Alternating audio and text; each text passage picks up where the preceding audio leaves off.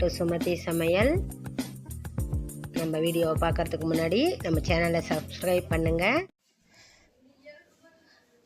Musk melon juice, கிர்னிப்பழம், முலாம்பழம் அப்படின்றாங்கல்ல, அதில் ஈஸியாக ஹெல்த்தியான ஜூஸு எப்படி பண்ணுறதுன்னு வாங்க வீடியோக்குள்ளே பார்க்கலாம்.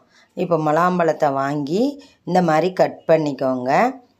கட் பண்ணிவிட்டு நடுவில் விதையெல்லாம் இருக்கும், அந்த விதையெல்லாம் எடுத்துடணும். பாருங்கள், விதையெல்லாம் க்ளீன் பண்ணிவிடுங்க. ஒரு ஸ்பூன் வச்சு அந்த விதையெல்லாம் எடுத்து போட்டுருங்க. இப்போ இந்த பழத்தை மட்டும் நம்ம அந்த தோல் பகுதியை நீக்கிட்டு இந்த பழத்தை மட்டும் இப்படி பீஸாக பண்ணி அந்த விதை இருந்தால் எடுத்துடுங்க. விதையெல்லாம் போடக்கூடாது. இப்போ இந்த பீஸாக கட் பண்ணி நம்ம இதை ஒரு மிக்ஸி ஜாரில் சேர்த்துக்கலாம்.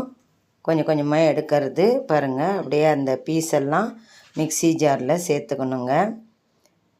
இந்த மாதிரி க்ளீனாக எடுத்துடுங்க. ஸ்பூனில் வச்சே எடுத்துடுங்க. ஸ்பூன் வச்சே எடுத்து இந்த மாதிரி க்ளீனாக பீஸாக வந்துடுங்க. நம்ம எடுத்த முலாம்பழத்தை இது கூட நம்ம ஹெல்த்தியாக சர்க்கரை சேர்க்காம நாட்டு சர்க்கரை சேர்க்குறோங்க.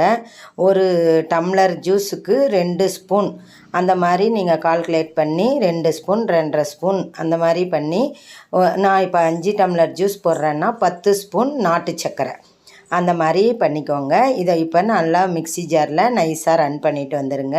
பாருங்கள், இது வடிகட்டணும்னு தேவையில்லை. பாருங்கள், அவ்வளோதாங்க, முலாம்பழம் ஜூஸு ரெடி ஆகிடுச்சு. இவ்வளோ தான். நான் கொஞ்சமாக ஐஸ் வாட்டர் ஆட் பண்ணியிருக்கிறதால, பழமும் ஆல்ரெடி ஃப்ரிட்ஜில் இருந்ததால் நான் ஐஸ் க்யூப்ஸ் எல்லாம் சேர்க்கலைங்க. உங்களுக்கு வேணும்னா இந்த ஜூஸையே 10 நிமிஷம் ஃப்ரீசரில் வச்சு எடுத்துக்கோங்க. இல்லைன்னா ஐஸ் க்யூப்ஸ் இருந்தாலும் ஆட் பண்ணிக்கோங்க.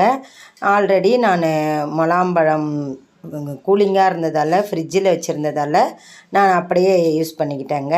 பாருங்கள், ஜூஸ் ரெடி ஆகி ரொம்ப ஈஸியாக டேஸ்டியாக நாட்டு சர்க்கரையோட நம்ம முலாம்பழம் ஜூஸு ரெடி ஆகிடுச்சு. பாருங்கள், இந்த மாதிரி ட்ரை பண்ணுங்கள்.